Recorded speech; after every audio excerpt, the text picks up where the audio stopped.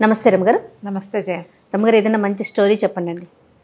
Yes Janaki గారు కొన్ని కథలు పంపించారని చెప్పాను. మనం ఏం చేసాం, పులిరాజు కథ చెప్పుకున్నాం కదా, ఆవిడ ఏమన్నా కథ అని ఇంకోటి పంపారు. కథ పేరే అదా? ఏమన్నా. చిన్నప్పుడు మా అక్కయ్య వాళ్ళ పాప ఒకటి ఆకలిస్తుంది అనేది, అన్నం తింటా, అన్నం ఆకలి కాదమ్మమ్మ, ఏమైనా ఆకలిస్తుందని. ఏమైనా ఏదో ఒకటి, అన్నం కాకుండా, అన్నం ఆకలి కాదు. ఇప్పుడు కూడా అదే పెద్దది అయిపోయింది. ఇప్పుడు కూడా పిన్ని ఏమైనా ఉన్నాయా అంటుంది. ఓకే, ఇది ఏమన్నా కథ అనమాట. పూర్వం అట ఒక గొప్ప రాజుగారు ఉండేవారు, చక్రవర్తి. ఆయన చాలా దేశాల రాజ్యాల వాళ్ళు ఆయనకి కింద సామంతులుగా ఉండేవాళ్ళు. అయితే చాలా కాలం పిల్లలు కలగలేదు. చాలా కాలం పిల్లలు కలగలే. భార్య భర్త ఎన్నో పూజలు వ్రతాలు నోవులు ఎన్నెన్నెన్నెన్నో చేసేవారు. అయితే ఎంతో కాలానికి ఆయనకి ఒక అందమైన కుమారుడు కలిగాట. చాలా అందగాడు. అయితే చంద్రసేనుడు అని పేరు పెట్టుకున్నారు. చంద్రుడిలాగా ఉన్నాడని చంద్రసేనుడు అని పేరు పెట్టుకున్నారు. ఎంత బాగానో పెంచుకున్నారు. ఈయనకి వేట అంటే చాలా ఇష్టం అట. ఈయన ఎప్పుడు వేటకి వెళ్తుండేవాడు. ఒకసారి వేటకి వెళ్ళినప్పుడు పక్కన సామ్రాజ్యానికి దగ్గరలో ఉన్న ఒక రాజ్యపు రాజుగారు కూడా అక్కడికి వచ్చాడు. ఈయన చక్రవర్తి, ఆయన రాజు. ఈయన వాళ్ళందరి మీద అది పెద్దవాడు అనమాట. ఆ రాజు ఈయన కలిసి అక్కడ వేటాడుతున్నప్పుడు మధ్యలో ఒకే లేడిని ఇద్దరు ఏం చేసి ఎవరు ముందు కొట్టారో చూసుకుని మాట్లాడుకున్నారు. ఆయనకి వేటంటే ఇష్టం, ఈయనకి వేటంటే ఇష్టం. సరే, ఇద్దరు చాలా స్నేహం అయ్యారు. ప్రతిసారి వేటకి వెళ్ళేటప్పుడు ఆయనతో కంపెనీ బాగుండేదన్నమాట, చెప్పుకునేవాళ్ళు. అయితే రాజుగారి అబ్బాయి కొంచెం పెద్దదవుతున్నాడు, ఈ చక్రవర్తి గారి అబ్బాయి. రాజుగారికి కూడా ఒక కూతురుంది, కాంతిమతి. పేరు బాగుందండి కదా. ఈ కాంతిమతి కూడా చాలా అందమైన పిల్లట. అసలు ఎంత అందగత్తో. క్రమంగా పిల్లలు పెద్దవాళ్ళు అయ్యారు. రాజుల స్నేహం కూడా పెరిగింది. చక్రవర్తి చెప్పాడు, మా అబ్బాయి కొంచెం పెద్దవాడు అవుతున్నాడు, వివాహం చేయదలుచుకున్నాము అంటే ఈ రాజుగారికి తన పిల్లని వీళ్ళకి ఇద్దామని ఉంది. కానీ కొంచెం ఆలోచిస్తున్నాడు. అంత పెద్ద రాజు, పెద్ద చక్రవర్తికి ఎట్లా పిల్లని ఇస్తాము అని ఏదో కొంచెం ముందు వెనక ఆడుతూ ఉన్నాడనమాట. అయితే ఏదో సందర్భంలో ఏమనుకున్నారు, అంత మరి పిల్లాడి పెద్ద సంబంధాలు ఇప్పటి నుంచి చూడాలి, ఒక 3-4 ఏళ్లలో చెయ్యాలి. ఇవన్నీ ఆ రోజుల్లో ఏంటంటే ట్రాన్స్పోర్టేషన్ ఫోన్లా ఏమిటున్నాయి. అవును, వీళ్ళందరూ ఉత్తరాలు రాయటము, తర్వాత ఏమో చిత్రపటాలు పంపించడము, మాకు అబ్బాయి ఉన్నాడు, మీకు అమ్మాయి ఏంటో ఇవ్వండి, ఇళ్ళని కనుక్కోవాలి కదా, మీ చిత్రపటాలు పంపండి, చిత్రపటాల గోల. ఇదంతా వీళ్ళంతా రథాలు వేసుకుని గుర్రాలు వేసుకుని పోవాలి రావాలి, బోల్డ్ సమయం పట్టేది. ఈ గందరగోళంలో అవుతుంది కదా అని మాట్లాడుకుంటుంటే, అయితే రాజుగారు చక్రవర్తి అడిగాడు రాజుని, నీకు ఎంతమంది కుమార్తెలు ఎంతమంది కుమారులు ఏమిటి అంటే, అమ్మాయి కాంతిమతి పేరు ఎంత బాగుంది అన్నాడు. చంద్రకాంతే సూర్యకాంతే అన్నాడు. అనేసరికి చంద్రకాంతే ప్రభు, మా అమ్మాయి చాలా అందంగా ఉంటుంది, చాలా మృదువుగా. సూర్యకాంత్ అయితే షార్పు, చంద్రకాంత్ అయితే మృదువుగా ఉంటుంది, చాలా బుద్ధిమంతురాలు, చాలా అందమైన పిల్ల అని. ఎక్కడైనా ఈ పిల్లకి తగిన అనురూపమైన అందగాడు దొరికితే పెళ్లి చేయాలనుకుంటున్నానంటే, మా అబ్బాయి ఉన్నాడుగా అన్నాడు ఈయన.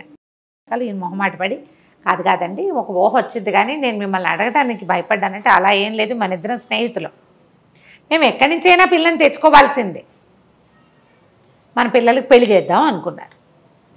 ఇప్పుడు వేరే చిత్రపటాల గోల ఏం లేదు, మంచి రోజులు వచ్చినప్పుడు చూసుకుందాం అని వీళ్ళ అమ్మాయిని వాళ్ళ అబ్బాయికి ఇవ్వడానికి ఫిక్స్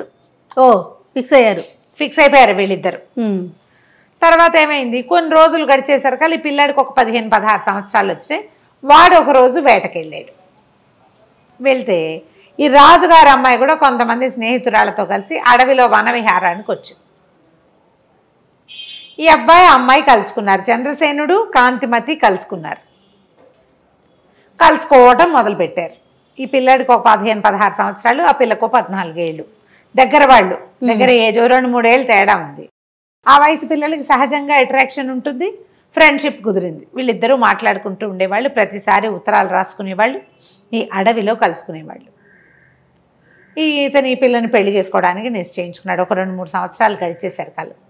అప్పుడప్పుడు కలిసేవాళ్ళు. అప్పుడు ఇలా రోజు కలిసేందుకు లేదుగా, 6 నెలలకి 5 నెలలకి కలుసుకునేవాళ్ళు. పిల్లలు ఎదుగుతున్నారు, వాళ్ళ ప్రేమలు కూడా ఎదిగినాయి. అయితే రాజుగారు చక్రవర్తి ముహూర్తాలు పెట్టిద్దామని అనుకుని భార్యకి చెప్పాడు, ఫలానా ఒక రాజుగారి అమ్మాయితో మన అబ్బాయికి పెళ్లి నిశ్చయించాను అని చెప్పేసరికల్లా ఈ కుర్రాడు అన్నాడు, అమ్మ నేను ఇంకో పిల్లని ప్రేమించాను, నేను అడవిలో కలుస్తాను అమ్మాయిని, నేను ఆ పిల్లనే చేసుకుంటాను అన్నాడు. డామ్ డూమ్ అని రాజుగారు చెడామడా పొట్టాడు. అటు పనికిరాదన్నాడు చక్రవర్తి. మాట ఇచ్చా ఎప్పుడో, అట్లా కుదరదన్నాడు. ఈ లోపల ఆ రాజుగారు కూడా ఈ చక్రవర్తి గారు అబ్బాయితో నీకు పెళ్ళంటే ఆ అమ్మాయి యువరాణి ఒప్పుకోలే. చెప్పేసరికల్లా ఆయన అన్నాడు, అమ్మ మాట పోతుంది చక్రవర్తి దగ్గర, ప్రధానమైనది ఏంటంటే మన రాజ్యం ఆయన చేతిలోకి వెళ్ళిపోతుంది, ఆయన కోపం వస్తే. ఆయన అంతటా ఆయన అడిగాడు కాబట్టి ఒకసారి కనపడ్డాయి పెళ్లి చూపులు, పిల్లని తెచ్చి చూపిస్తానని చెప్పా, పిల్లని చూపిస్తానని. వాళ్ళు వస్తామన్నారు. అబ్బాయికే నచ్చకపోయినా ఏదో కారణం చెప్దాం, అసలు పిల్లని చూపించని కూడా చూపించకుండా నేను కాదని అనకూడదని కూతుర్ని బతిమలాడుకున్నాడు. సరే ఒప్పుకుంది, ఏడ్చుకుంటూ ఆ పిల్ల. వాళ్ళు కూడా ఏం చేశారు, ఆ రాణిగారేమో కొడుకుని బతిమలాడింది, ఎవరినో ప్రేమించేటంటే కావాలంటే రెండో పెళ్లి చేసుకోమని ఆ పిల్లని, ముందు ఈ పిల్లని చూడవలసిందేనన్నాడు. ఆ తర్వాత కథ, వివాహము పట్టపురాణి రాజు కూతురే కాంతిమతే అన్నాడు. అనేసరికల్లా సరే పేర్లు చెప్పుకోలేదు, తండ్రి పేర్లు రాలేదు. ఈ పిల్లాడు వెళ్ళి ఆ పిల్లని చూడ్డానికి వెళ్ళాడు. రాజు చక్రవర్తి గారు ఆయన భార్యమణి కుమారుణ్ణి తీసుకుని మంది మార్బలంతో కలిసి రాజుగారింటికి వెళ్ళారు. ఆ రాజుగారింట్లో పిల్లని చూసేసరికి ఆ పిల్లాడు ఆశ్చర్యపోయాడమ్మా, ఈ పిల్ల నేను ప్రేమించింది అన్నాడు. ఆ పిల్ల కూడా చెప్పింది. వీళ్ళు ఇలా ప్రేమించుకున్నారు, అంత చిన్నప్పటి నుంచి స్నేహం. పెళ్లి చేశారు. చంద్రసేనుడికి కాంతిమతికి పెళ్ళయింది. సరే చక్రవర్తి గారు పెద్దవాడైపోయినాడు, పిల్లాడికి రాజ్యం అప్పచెప్పాడు. వీళ్ళకి 20 ఏళ్ల లోపలే పెళ్ళయింది కదా, ఎప్పటికీ సంతానం కలగలేదు. వాళ్ళిద్దరూ ఎంత బాగా కలిసి ఉండేవాళ్ళు. రాజ్యంలో అందరూ గుసగుసలాడుకునేవాడు. చక్రవర్తి గారి కోడలికి పిల్లలు లేకపోతే ఎట్లా? యువరాజుకి ఇంకొక పెళ్లి చేయండి, రాజు అయిపోతున్నాడు, పెళ్లి చేయాలి, ఈయన చక్రవర్తి అవుతాడు రేపు, ఉత్తరాధికారి లేకుండా ఎట్లా కుదురుతుంది? ఇంకో పెళ్లి చేయండి, ఇంకో పెళ్లి చేసుకోండి, ఇంకో పెళ్లి చేసుకోండి అని మాటలు వచ్చేవి. వాళ్ళ అమ్మ ఏమనేదంటే, ఒరే ఇప్పుడు నువ్వు కాంతిమతే నువ్వు ప్రేమించిన అమ్మాయి అయింది కాబట్టి సరిపోయింది, లేకపోతే ఆ అమ్మాయిని పెళ్లి చేసుకుని అడవిలో పిల్లని కూడా చేసుకుందాం అనుకున్నావు కదా, అదే కదా, రెండో పెళ్ళి ఎలాగో చేసుకోదలుచుకునే ఉన్నావు, అది రెండు కలిపి ఒకటే అయింది అనుకో, ఇప్పుడు ఇంకో పిల్లని ఎవరినైనా చేసుకో, ఈవిడే పట్టప్రాణిగా ఉంటుంది, ఉత్తరాధికారి లేకపోతే రాజ్యానికి కుదరదని అందరూ బతిమలాడాడు, బలవంత పెట్టారు. ఈ అమ్మాయి కూడా కాంతిమతి కూడా భర్తను రోజు అడిగేది చేసుకోమని, పెళ్లి చేసుకో అని. చాలా రోజులకి మొత్తానికి ఒప్పుకున్నాడు. ప్రజల నుంచి ప్రెషర్ ఎక్కువ వస్తుంది, అధికారుల నుంచి ప్రెషర్ వస్తుంది. పెళ్లి చేశారు. ఇంకొక అందగతి, ఇంత అందగతి కాదు కానీ కొంత అందగతిని తెచ్చారు మొత్తానికి. సరే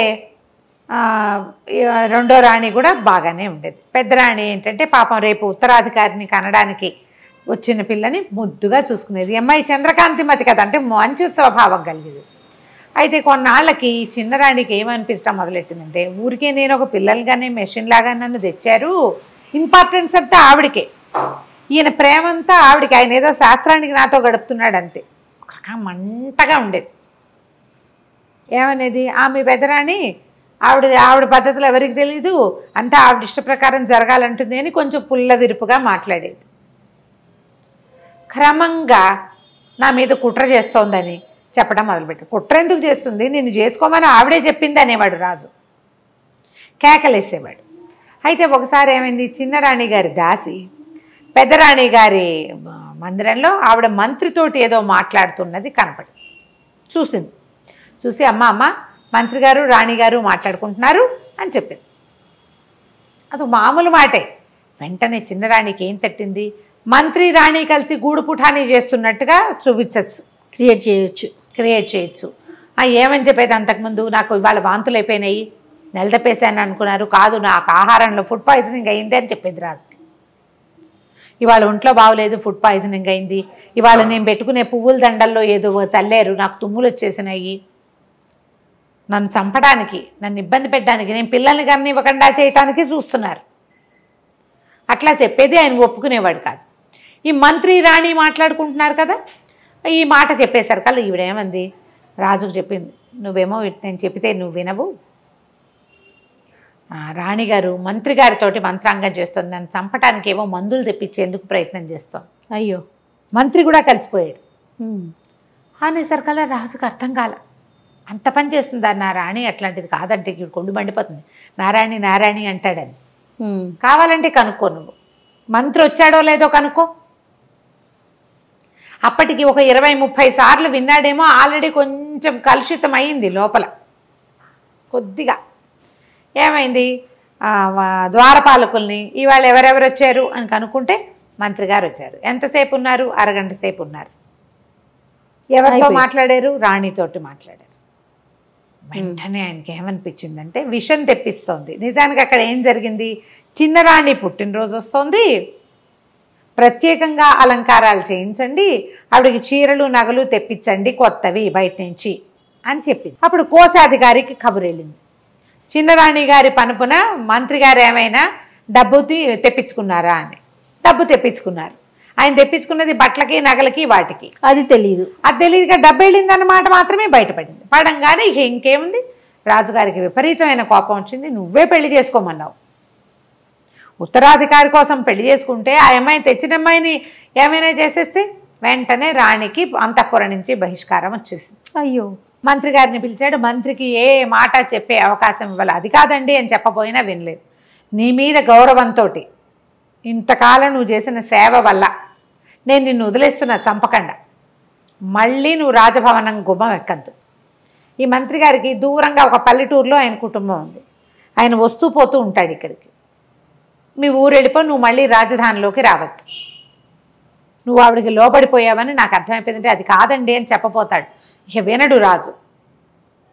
సగం చెడిన బుర్రలో పెద్ద విత్తనం పడితే పూర్తిగా చెడిపోతుంది. అంతే. మంత్రిని పంపించేశాడు. రాణిగారికి బహిష్కారం ఏమిటంటే రాణిగారికి ఒక పాత పురాతనమైన పడిపోయేలాగా ఉన్న ఒక పాత రాజభవనం ఒకటి ఉంది. ఇవి అక్కడ ఉండాలి. ఈవెన్ అక్కడ పంపించారు.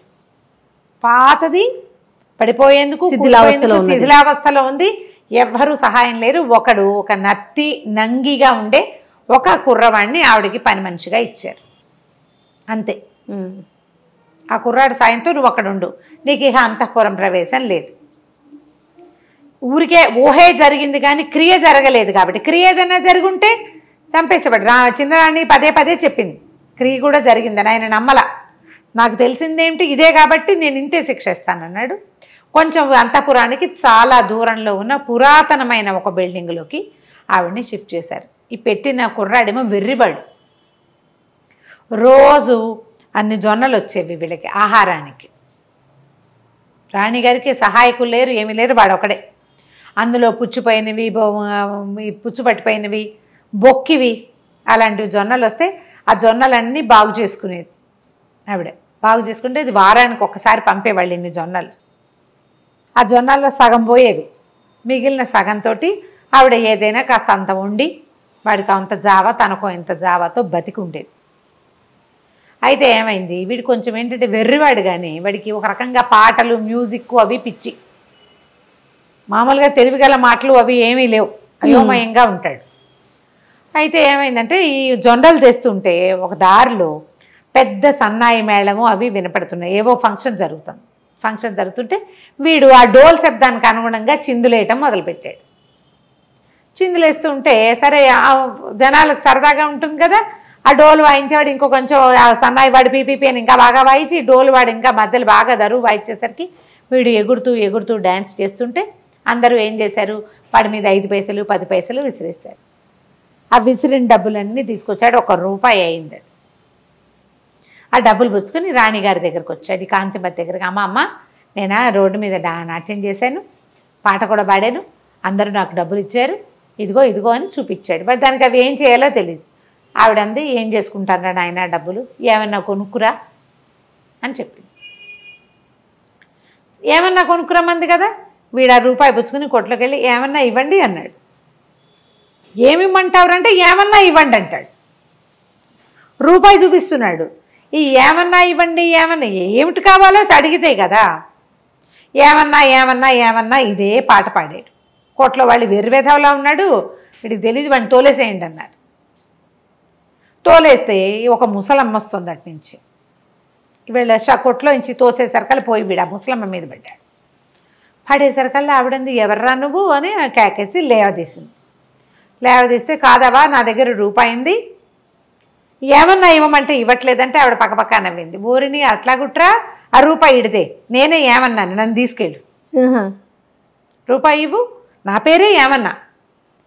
నేను ఏమన్నా కావాలని కొట్లో అడిగితే ఎలాగరా, నన్ను కదా అడగాలి, వస్తా పద నీతో పాటు అని ఆ రూపాయితోటి కాస్త కూర నార ఏవో కొనుక్కొని ఆ సంచి చేత్తో పుచ్చుకొని ఈ కుర్రాడితో పాటు పెద్దరాణి గారు ఎక్కడుందో ఆ పాడుపడిపోయిన భవనానికి వెళ్ళేసరికి ఆవిడ తెల్లపోయింది. ఏమైనా కొనుక్కురమ్మన్నాను, నువ్వెవరో అమ్మా, నా పేరే ఏమన్నా అమ్మా, ఏమన్నా కొంటాను, ఏమన్నా అన్నాడు, నన్నే పిలుస్తున్నాడని వచ్చాను, నాకు తెలుసు నువ్వెవరో తెలుసు, వీడేమిటో కూడా తెలుసు, నీ సేవ చేస్తా, నీ దగ్గర ఉంటాను అంటే ఆవిడంది, అమ్మ నాకే ఏమీ రావు, వచ్చేదే వారానికి ఇన్ని జొన్నలు వస్తాయి, అందులో సగం ముక్కిపోయినవి సగం పురుగు పెట్టినవి, వాడు నేను ఎట్లా కొట్లా బతికున్నాం అంతే అంటే, కాదమ్మా నీకు కావాల్సినవన్నీ నేను చేసి పెడతా.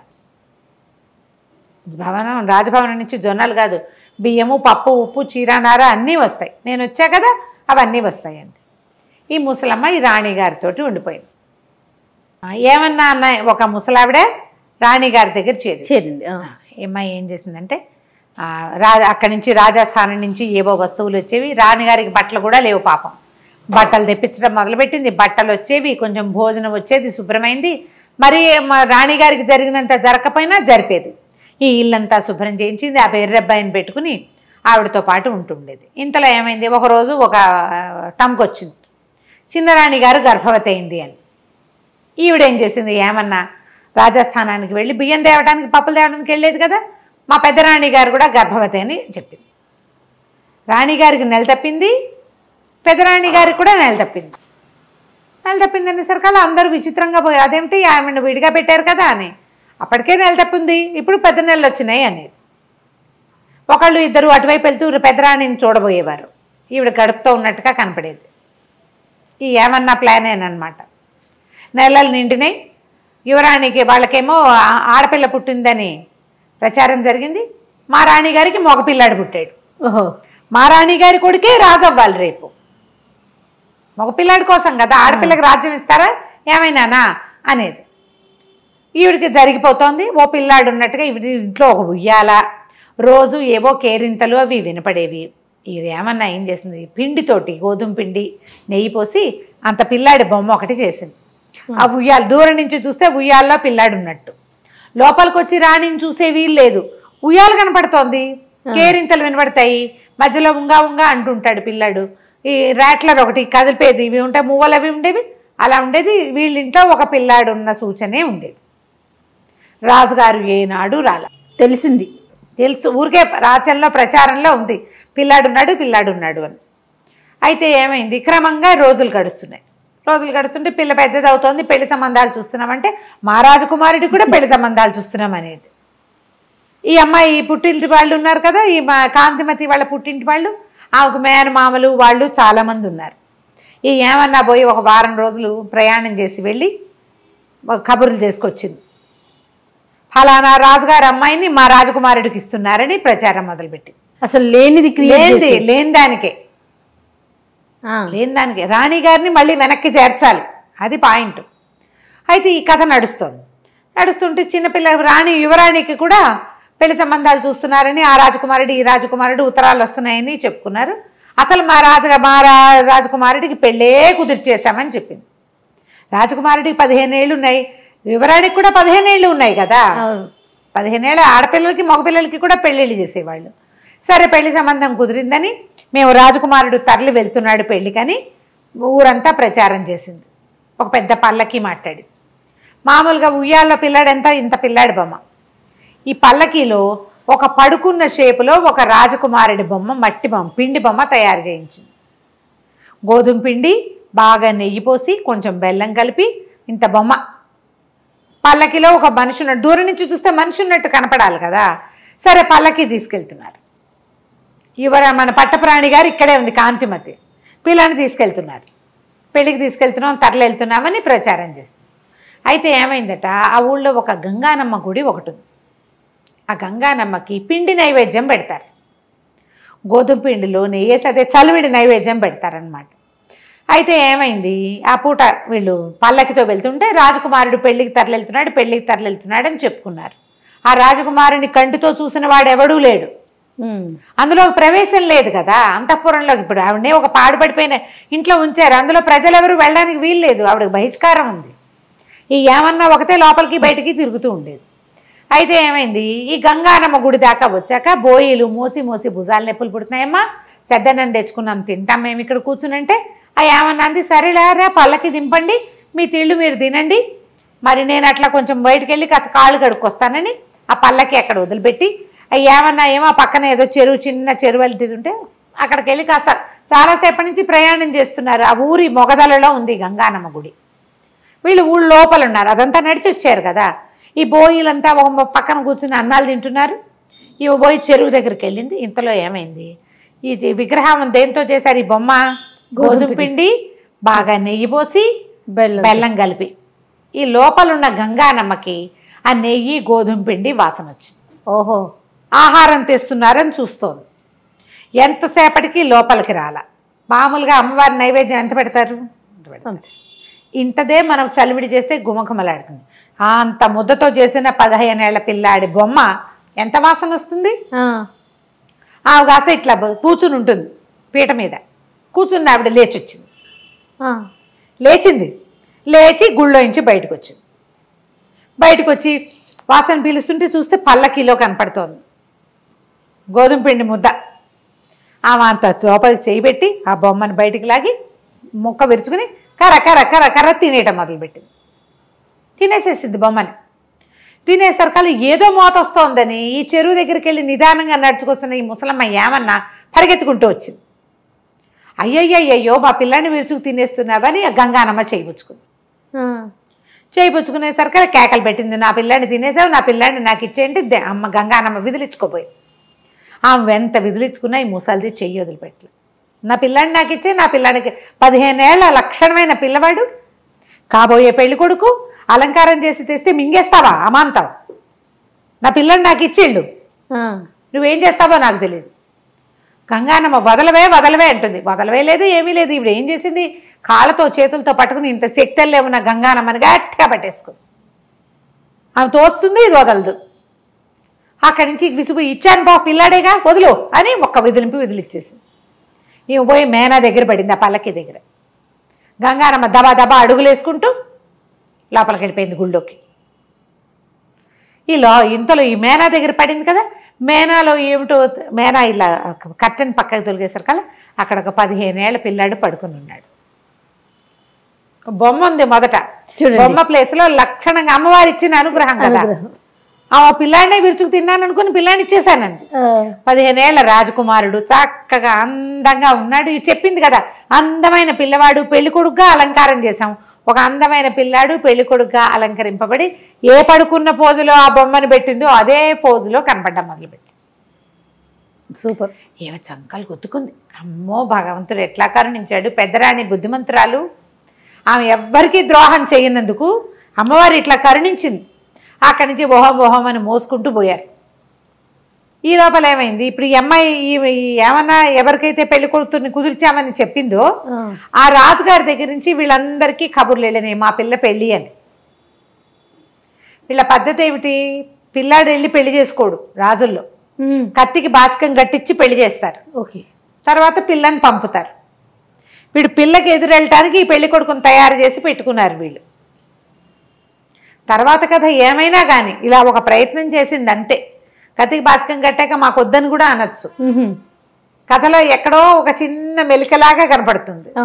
అక్కడి నుంచి ఈ రాజుగారు చంద్రసేనుడు భార్యా సమేతంగా పెళ్లికి వెళ్ళాడు. వాళ్ళు పిలిచారు, రెండో భార్యను తీసుకుని వెళ్ళాడు. అక్కడికి వెళ్ళేసరికల్లా ఏమైంది, కత్తికి బాచకం కట్టారు. ఎవరి కుమారుడు అంటే రాజుగారు చంద్రసేనుడు కుమారుడే. చంద్రసేనుడు కాంతిమతుల కుమారుడు. అతను కత్తికి బాచకం కట్టి పెళ్లి చేస్తున్నారు. ఈయన ఆశ్చర్యపోయాడు. ఆ కుమారుడు ఎవడో చూడాలి. ఆ కత్తిని రాజకుమార్తెని తీసుకొస్తే వీళ్ళేమో పల్లకి ఎదురుకుండా తీసుకెళ్లారు. ఈ ఊరి రాజ్యం పొలిమేరల్లో రాజకుమార్తెని తీసుకొస్తే రాజకుమారుడు పల్లకిలోంచి దిగాడు. ఆ దిగిన పిల్లాడిని చూస్తే నిర్ఘాంతపోయాడు రాజు. ఏమిటి ఇంత పిల్లాడా, వీడు నా కుమారుడు అవటం ఏమిటి? ఊరంతా ప్రచారంలో ఉంది కానీ రాజుకేం పెద్దగా తెలీదు. చిన్నరాణి వినేది అనుకునేది. పిల్లాడు చూస్తే మహా అందంగా ఉన్నాడు. 15 ఏళ్ళవాడు, ఆ పిల్లకో 12 ఏళ్ల పిల్ల రాజకుమార్తెకి. సరే రాజకుమార్తెని పల్లకి ఎక్కించుకున్నారు. పిల్లాడు పిల్ల ఒకళ్ళనొకళ్ళు చూసుకుంటున్నారు. చంద్రసేనుడు గుర్రం వేసుకుని ఆగ మేఘాల మీద పరిగెత్తుకుంటూ ఆ పడిపోయిన శిథిలాలయపు బిల్డింగ్ ఉంది కదా, అక్కడికి పరిగెత్తాడు. ఆ కాంతి లోపల ఏం చేసింది, ఏమన్నా కూడా కబురు చేసింది, అమ్మవారి అనుగ్రహం నీ మీద పరిపూర్ణంగా ఉన్నది, ఇట్లా ఒక బిడ్డ వచ్చాడు, ఒక పిల్లవాడు మనకు లభించాడు, ఈ పిల్లవాడు నీ పిల్లాడే, నీ పిల్లాడి కోసమనే పంపించింది ఆవిడ అని చెప్పేశారు కల్లా. అప్పుడు రాజుగారు పరిగెత్తుకుంటూ వెళ్ళాడు కదా, వెళ్ళి అడిగాడు, ఈ కుర్రాడు నా కుమారుడా, నువ్వు ఎప్పుడు గర్భవతి అయ్యావు, ఎప్పుడు సంతానం కలిగిందంటే నీ దగ్గర నుంచి వచ్చే నాటికే నాకు నెల తప్పి ఉంది అని చెప్తుంది ఆవిడ. చెప్పేశారు కల్లా చెప్పమంది కదా, నేను ఇది నిజమే చెప్తున్నానని అనుకో, ఆ కుమారుడు నీ కుమారుడే, భగవంతుడి అనుగ్రహం మనకి ఇలా కలిగింది. ఆశ్చర్యపడి ఎట్లా జరిగింది, ఇంత పిల్లాడిని నేను ఎట్లా పోగొట్టుకున్నాను, రాజ్యానికి ఉత్తరాధికారి అయిన వాడు ఈ శిథిలాలయంలో ఉండటం ఏమిటి, ఆయనకు అర్థమే కాల. ఫీల్ అయ్యాడా? ఫీల్ అయ్యాడు. సరే అక్కడి నుంచి రాజకుమారుడిని మరి ఇక్కడికి ఎట్లా తీసుకొస్తారు, రాజకుమారుడిని రాకుమార్తెని తమ ఇంటికి తీసుకెళ్ళి సగౌరవంగా కాంతిమతిని కూడా పల్లకి పంపించి రాజస్థానానికి రప్పించాడు. అప్పుడు ఈ ఏమన్నాన్ని పిలిపించాడు. ఆవిడ ఏం చెప్పిందంటే అందరికీ చెప్పింది ప్రజలకి, రాణిగారికి కుమారుడు కలగలేదు, ఈ కుమారుడు రాణిగారికి పుట్టిన కుమారుడు కాదు, ఆమె సహనంగా 15 సంవత్సరాలు తను చేయని తప్పుకి ఒక్క కంప్లైంట్ కూడా లేకుండా పుచ్చిపోయిన జొన్నలు పంపించిన ఆ వండుకు తిని నిశ్శబ్దంగా ఉన్నందుకు గంగానం ఇచ్చింది ఈ రాజ్యానికి ఉత్తరాధికారి అని చెప్పింది. నేను మంత్రి గారి ఇంట్లో పనిచేసేదాన్ని, మంత్రి గారికి ఇక్కడ సహాయంగా ఉండేదాన్ని, మన రాజుగారు మంత్రి గారిని ఊరు పంపించేస్తే నాకు పని లేకుండా పోయింది. నేను ఈ ఎవరి మహారాణి దగ్గరికి వెళ్ళే మార్గాన్ని చూస్తుంటే ఈ కుర్రాడు తగిలేడు నాకు, వాడు ఏమన్నా కొంటా అంటే ఏమన్నాగా నేను వెళ్ళాను, మంత్రి గారి దగ్గరికి వెళ్ళి ఇట్లా మహారాణి దగ్గర చేరానని చెప్తే ఈమెకు కావాల్సిన ఆహారము దినుసులు అన్నీ కూడా మంత్రి గారే ఇచ్చాడు. ఇప్పుడు ఆ రోజున చిన్నరాణి రాజుగారికి కంప్లైంట్ చేసింది, ఏమిటి వీళ్ళిద్దరూ గూడు పుఠాని చేశారని. ఏం మాట్లాడారో రాణిగారితోటి మంత్రి గారితోటి విడివిడిగా సభలో వినండి. చిన్నరాణి పుట్టినరోజు, రేపొద్దున ఆవిడకి పుట్టబోయే సంతానమే ఉత్తరాధికారి అవుతుంది, ఆమె మొదటి పుట్టినరోజు మన రాజ్యంలో ఘనంగా చేయాలని, ఆమెకి చీరలు నగలు తీసుకురమ్మని, పుట్టినరోజు ఏర్పాట్లు గ్రాండ్గా చేయమని రాణిగారు చెప్పింది. రాణి కూడా రాజుకి నేను చేసింది ఇది అని చెప్పి ఇంత ప్రూఫ్ బయటపడేశారు కల్లా రాజుగారు చిన్నరాణిని తెగ తిట్టిపోసాడు. ఆమె వెళ్ళిపోమన్నాడు. నీ వల్ల నేను నా రాణికి దూరం అయ్యాను, మంత్రికి దూరం అయిపోయాను, ఏదో భగవంతుడు అనుగ్రహించి ఇలా ఒక కుమారుడు వచ్చాడు అదే అనేసరికల్లా పెద్దరాణియే చెప్పింది, వద్దు వద్దు. ఆమె ఏమంటారంటే మన ఇన్సెక్యూరిటీ ఫీలింగ్, నువ్వు పెళ్లి చేసుకున్నావు భార్యతోటి బాగా ఉండకనే ఎంతసేపు పెద్దరాణి పేరే తలుస్తుంటే రెండో వాళ్ళకి మంటగానే ఉంటుంది, ఇట్లా చేయొద్దు, ఆమె కూడా ఒక కూతురుంది, మన రాజ్యానికి యువరాణి, పిల్లని మంచి చోట ఇచ్చి పెళ్లి చేసుకోవాలి, ఇంకా సంతానం కలగచ్చు మనకి అని బతిమలాడి ఉంచేసుకుంది. ఈ గంగానమ్మ ఇచ్చిన రాకుమారుడికి సూర్యసేనుడు అని పేరు పెట్టుకున్నారు. ఆ సూర్యసేనుడికి పెళ్ళైపోయింది కదా, పిల్లాడి యువరాజుగా కొంతకాలం ఉండి తర్వాత ఆ రాజ్యానికి ఉత్తరాధికారి గంగానమ్మ ఇచ్చిన ఆ సంతానమే రాజయ్యాడు. ఏమన్నా కథ చాలా బాగుంది రమ్మ గారు, సూపర్గా ఉంది కదా, చాలా బాగుంది. నమస్తే.